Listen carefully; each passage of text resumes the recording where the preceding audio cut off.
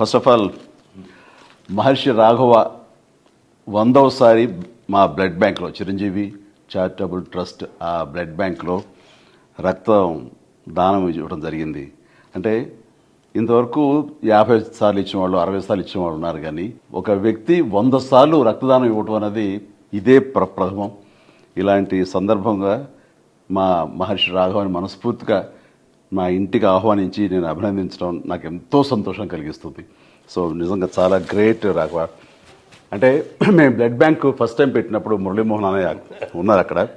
First blood donate చేసింది అన్నయ్య, ఆ తర్వాత అదే రోజున మీరు ఇవ్వడం జరిగింది. అప్పటి నుంచి ఈ రోజు వరకు కూడా క్రమం తప్పకుండా మీరు 100 సార్లు ఇవ్వటం అనేది ఆషామాషి విషయం కాదు.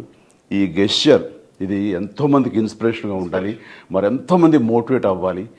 అండ్ ఈ రోజున రక్తం కాపాడబడి ప్రాణాలు నిలబెట్టుకునే వాళ్ళు ఎంతోమంది ఉన్నారు. ఇలాంటి దాతలు ఇవ్వటం వల్లనే అది సాధ్యమైంది. Very happy. రైట్.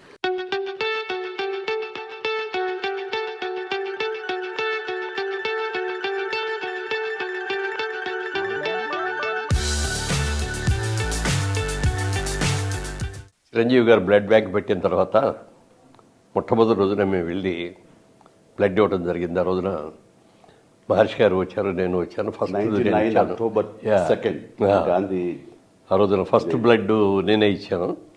ఆ రోజున మొదలుపెట్టిన ఇది క్రమం తప్పకుండా ఎవ్రీ 3 monthsకి ఒకసారి చొప్పున, అంటే సంవత్సరానికి 4 చొప్పున వచ్చి 100 times పూర్తి చేశాడు.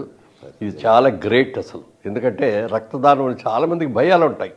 అమ్మో రక్తం తీసేస్తే మనకు నీరసం వచ్చేస్తే పడిపోద్ది, కళ్ళు తిరిగిపోతాం. అది ఏమీ కాదు. ఎస్పెషల్లీ ఎండాకాలంలో అసలు ఎవరు.